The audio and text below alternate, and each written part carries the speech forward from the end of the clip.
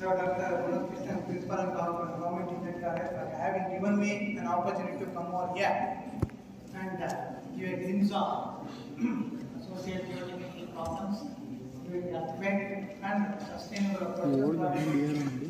Okay. So since you came to know that there are 4th semester and 6th semester students, just my research I have not included mathematical modeling or practicals or laboratory testing. I have not included that.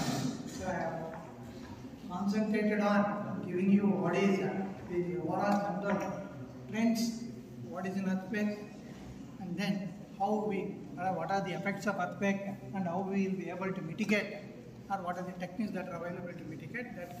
In general, we will be presenting with some glimpse of what small work we have done at the Indian Institute of Science. Okay. So I think many of you understand English or Kannada madbeka. Okay, we'll have a mix because I saw presenting a mix of everything in Kannada and English. Everything mix madara as of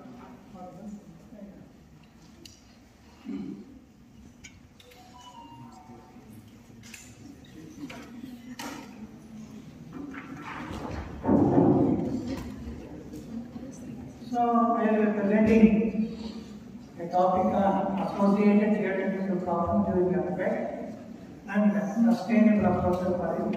Hence, we need to know what is an earthquake first and what is the effect of this earthquake. Then, what are the general trends or sustainable approaches we can adopt to mitigate or minimize the effect of the damages during the earthquake. Next.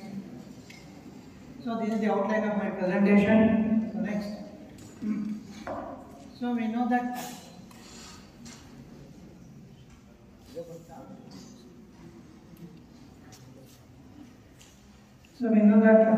earthquake and its understanding is ongoing process, because every year it is going to happen somewhere, some point. ಎಲ್ಲೋ ಒಂದು ಕಡೆ ಯಾವತ್ತೋ ಒಂದು ದಿನ ಎಲ್ಲೋ ಆಗ್ತಾನೆ ಇರುತ್ತೆ. Okay, so therefore there will be two questions. Why earthquake will occur? It is none of my slightly headache. It is mainly of geological origin. That means movement of the faults or rocks is the one which is going to cause a generating vibrational source below the earth. Therefore, it is more of geological concern. Let us keep it aside. Then, is it possible to predict the earthquake agutto illo? Whether it is possible for me to predict? Okay, so that is the reason why it's virtually impossible. It is not possible to predict when an earthquake is going to happen, where it is going to happen, and what time of the year or day it is going to happen. Okay. So therefore, it is virtually impossible, and it is generally based on what is called like your Earth. Two faults are standing over another at some inclined dip or something like that. So it is holding the upper fault with the lower fault, or what vice versa also possible.